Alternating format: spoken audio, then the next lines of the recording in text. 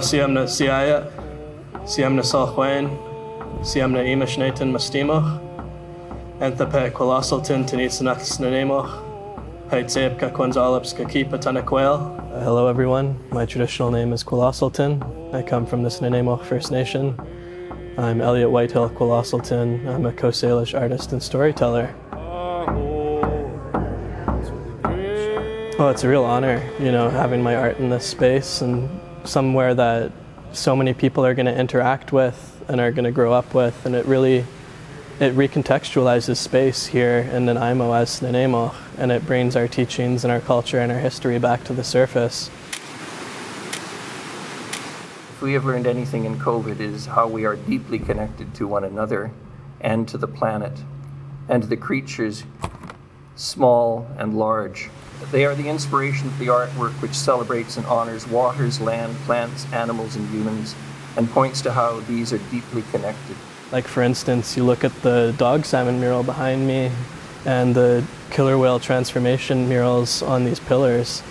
Like these murals are interacting, like the posture of the human figure here is holding its hands up in gratitude, to express gratitude to the salmon, to talk about how the killer whale have the same relationship to the salmon that we have, that we honor our food, we're grateful for it. It comes to us out of the generosity of the energy of the land and the generosity of the salmon.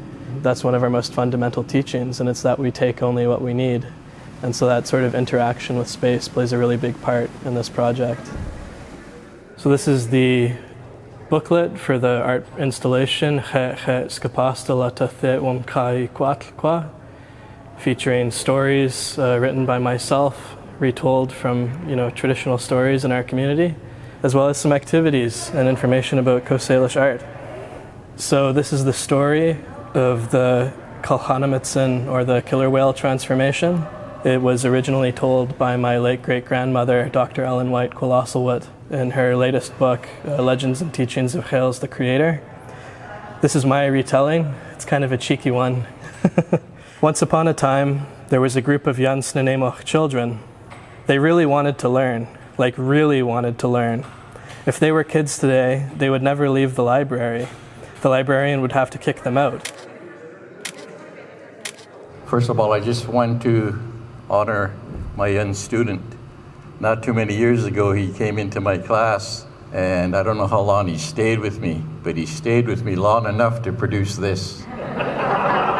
It's so important that we do that work to make sure that Hul'q'umi'num is used and that it's shared in every way possible, and that, even if it's just, one phrase that's on a wall, people are learning through osmosis by interacting with that phrase and, familiarizing with the language more, and every bit of that helps save and preserve our language. These are their names. Xe'Xe, river otter. Kwulasultun, hooded merganser. Language in our territory, fluency is now extinct. When things like this happen, it's a medicine to me as a language teacher.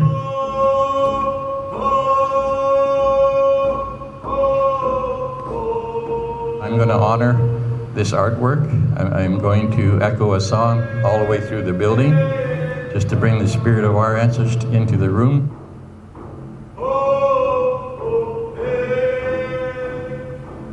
I think that often when people look at Indigenous art, there's a sort of predisposition to look at it as very symbolic or totemic, and it's so much richer than that. It's something that's profoundly complex, and it refers to the way that we understand the universe. So just getting an inkling of that richness is really special, I think, and I hope that through the continued work of other Snuneymuxw artists and myself, we can continue to build on that and help educate people more about who we are.